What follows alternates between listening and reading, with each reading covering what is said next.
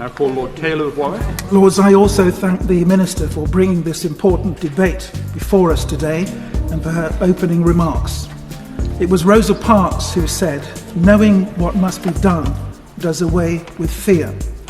It was her quiet determination not to give up her seat on a bus in Montgomery, Alabama in 1955, which was the catalyst for the civil rights movement. It is perhaps not a coincidence that it was a woman, indeed a black woman, who symbolically gave birth to one of the greatest ever freedom and equality movements. Gender and race often go hand in hand in the struggle for equality. Since Montgomery, much has been said and done about these issues, but there is still more to be achieved. As Rosa Parks said, we need to act on what we know must be done. One of the strongest female role models in my life was my mother, who came to Britain from Jamaica.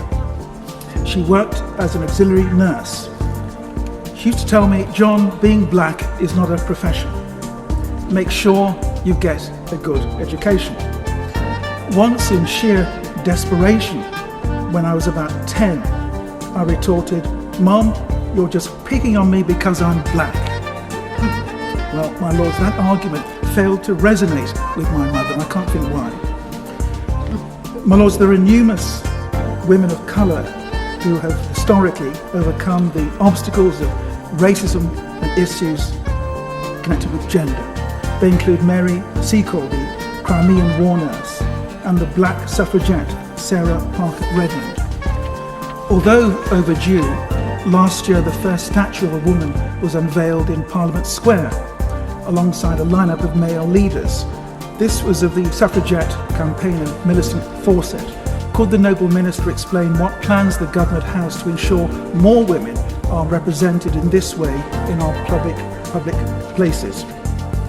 As we celebrate the centenary of women in Parliament, my American wife Laura was very keen to remind me that the first woman to take her seat as an MP in the House of Commons in 1919 was Nancy Astor, originally from the United States. Turning to more recent times, as a journalist, I interviewed some inspirational women from BME communities. For example, Dame Kelly Holmes, who overcame a challenging upbringing, rose through the ranks in the army and won 2 Olympic gold medals. Also, the Reverend Rose Hudson Wilkin, who came to England from Jamaica as a child. She, as you know, is now chaplain to the Queen and of course also performs that role brilliantly in the House of Commons. Although 20% of small and medium-sized companies are run by women, there is still so much untapped business talent among women, especially amongst BMEs. As we all know, most corporate boards are still mainly male and white.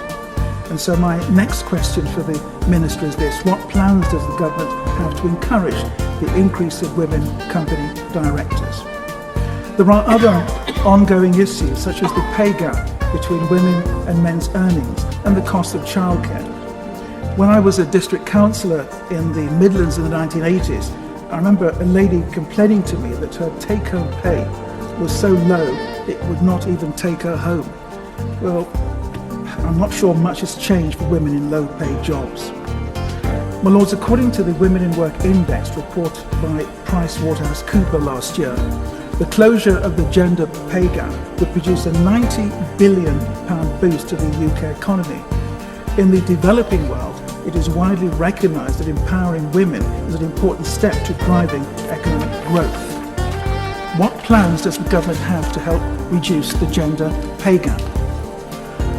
Between 2015 and 2016, according to the same report, the UK fell from 14th to 15th place in a ranking of 33 OECD countries based on 5 key indicators of female economic empowerment. Well, as the 5th richest economy in the world, surely we can do better than that. So my next question for the Minister is, will she explain what plans the government has to address this backward step? We are going backwards.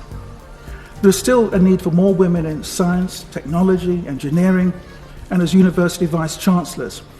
I say this as a former Chancellor of Bournemouth University, which had, at the time, one of the few female vice-chancellors. Women-led businesses contribute about £82 billion gross value to the British economy.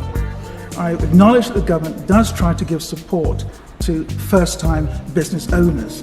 There is a Broadband Challenge Fund, for example, but the budget is modest and it's linked only to 13 localities.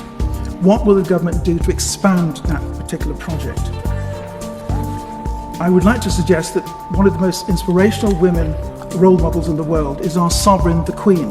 For the last 67 years, we've had a female head of state. Let's not forget that. She's continued to conduct herself with dignity and poise throughout, during smooth and rough times.